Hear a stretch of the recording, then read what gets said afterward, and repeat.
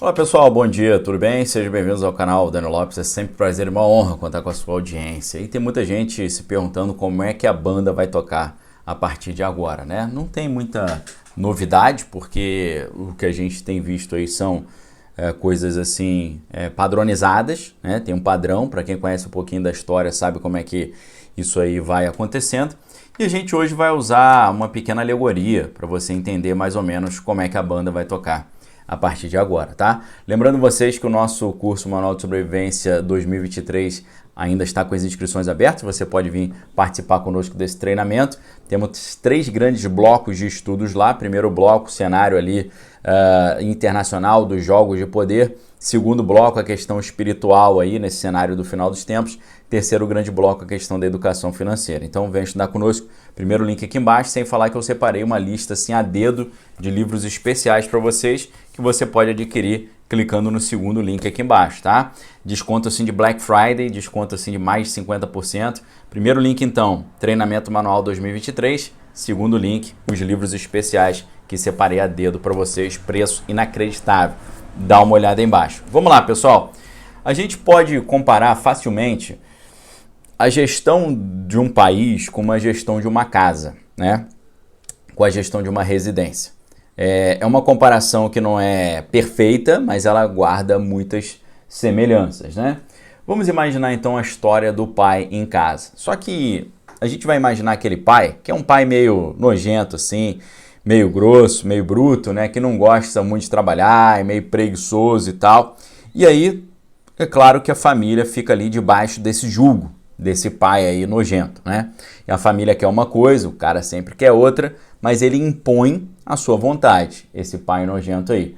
Como é que ele impõe a sua vontade? Ele dá uma bronca na esposa, ele dá uma bronca nos filhos e tal, ele impõe a sua vontade por meio da força, né? E é claro que se você imagina uma família de 4 pessoas, né?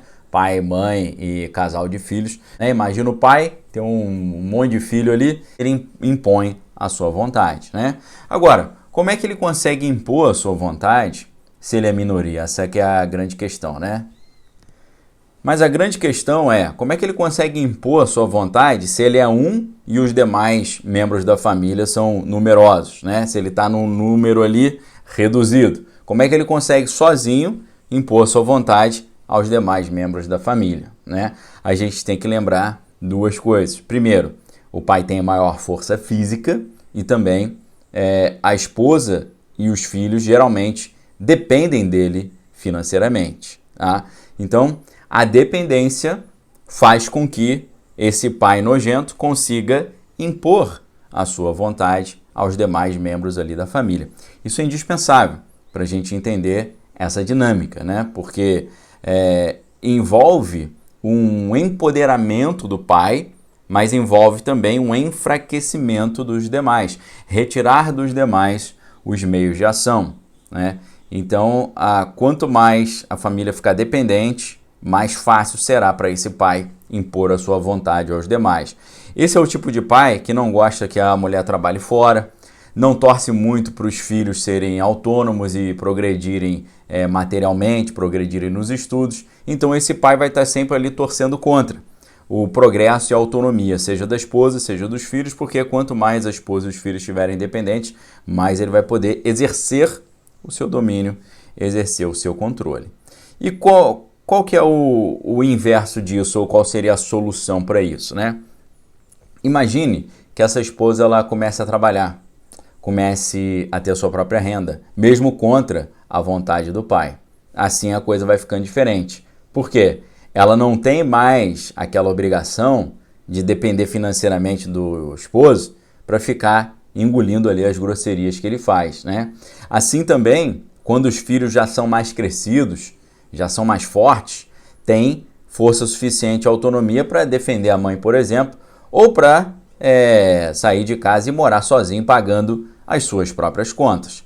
Vejam, por exemplo, o que aconteceu lá em Moscou no ano de 1917. Né? Um pequeno grupo de pessoas conseguiu impor a sua vontade para as demais massas ali, para a população inteira. E como é que eles conseguem fazer isso? Primeiro, claro, exercendo a força, né? Descendo ali a bordoada para cima de todo mundo, mas o que é importante você lembrar que, assim como o pai nojento, que além de grosso, ele também, muitas vezes, ele pula cerca, né? E ao pular a cerca ele fica neurótico, ele está sempre fazendo o quê? Sempre monitorando a esposa, com medo de levar um chifre, né? Assim também agem esses estados que impõem a sua vontade para a maioria por meio da força, né? Assim como o pai às vezes até contrata ali um detetive particular para ficar monitorando todos os passos da esposa, porque ele tem medo que a esposa faça com ele o que ele está fazendo com ela, que é a questão da infidelidade. Assim também aconteceu, né, lá em Moscou a partir de 1917, acontece até hoje, e a gente tem visto isso também em outros lugares, né? Basta você lembrar, por exemplo, a Alemanha Oriental, quando você tinha, né, para cada pessoa, você tinha um número inacreditável ali de outros que estavam monitorando aquele comportamento daquele indivíduo. Mesma coisa, obviamente, no 1984 de George Orwell. Se você não leu, fica aqui altamente encorajado a ler. Inclusive é um livro que nós lemos no Clube de Leitura da Daniel Lopes 2022, o clube do ano passado, nós lemos esse livro. E claro que a gente tirou ali muitos conhecimentos fundamentais, né? Já que eu falei no livro, é importante lembrar, eu li esse livro cerca de 20 anos atrás. E quando eu reli esse livro no ano passado, vou te dizer que as experiências foram bem diferentes. Enquanto na primeira leitura eu achei uma obra assim maravilhosa, achei um livro muito bem escrito e achei um livro assim que me trouxe muita informação para eu analisar melhor a sociedade. Ao contrário disso, na segunda leitura que eu fiz no ano passado, em 2022, foi uma leitura muito angustiante, né? Porque depois desses 20 anos eu não li da mesma forma. Se antes eu li como ficção, na segunda leitura eu já li pensando, meu Deus, é exatamente isso que a gente está vendo acontecer diante dos nossos olhos. E mais uma vez a gente entra naquela questão de como um grupo pequeno consegue impor sua vontade sobre os demais. Quando a gente analisa a estrutura dessa sociedade ficcional, mas cada vez menos ficcional, do 1984 de George Orwell, nós vamos ver que você tinha uma administração que era feita assim, no topo da pirâmide do poder, você tinha a administração interna, que era composta por apenas 2% da população. 2%. Abaixo desses 2% da administração interna, você tinha 8% da administração externa.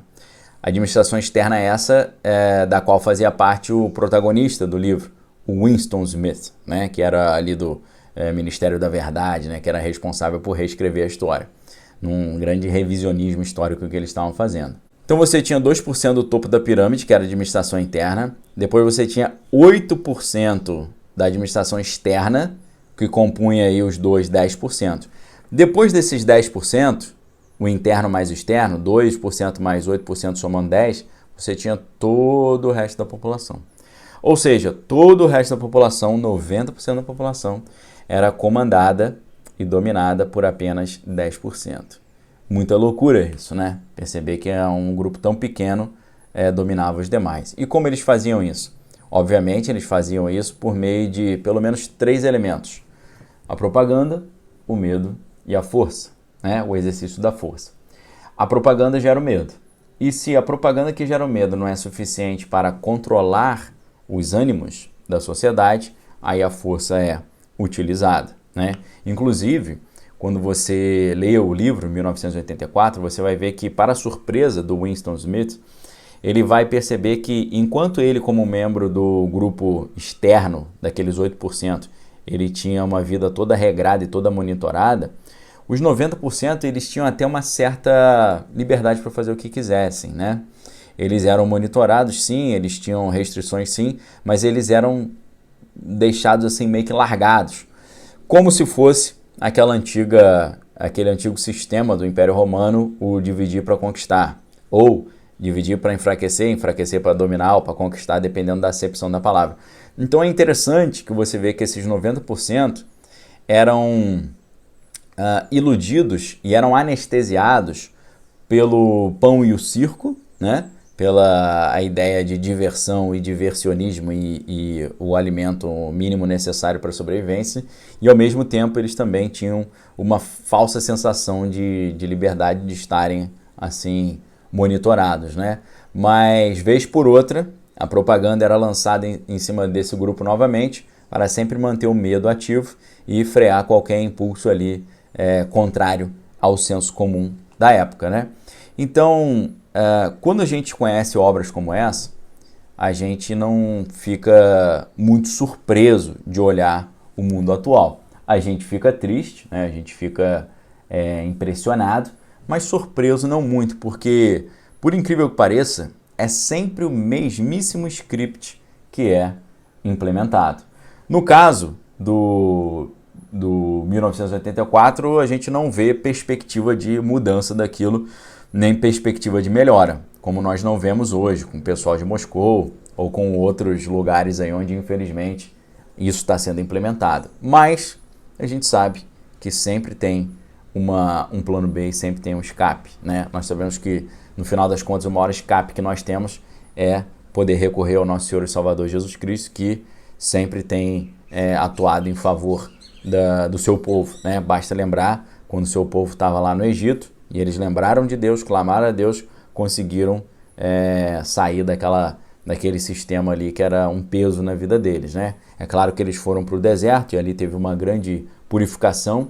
Poucos foram aqueles que saíram do Egito e conseguiram chegar definitivamente à Terra Prometida, mas nós vemos que é um caminho cada vez mais necessário, esse caminho de recorrer a Deus. E é algo que eu creio que seja a melhor coisa a se fazer hoje, ok? O que você achou do vídeo? Deixa um forte abraço, fique com Deus, amém, todas as coisas que é bom. Clica aqui embaixo para você participar conosco do Manual de Sobrevivência 2023 e dar uma olhadinha nos livros que eu separei a dedo aí para vocês, tá? Fique com Deus aí, pessoal. Se inscreva no canal, caso ainda não seja inscrito. E também clica no sininho das notificações para receber todas as novidades. Um abraço a todos aí. Valeu!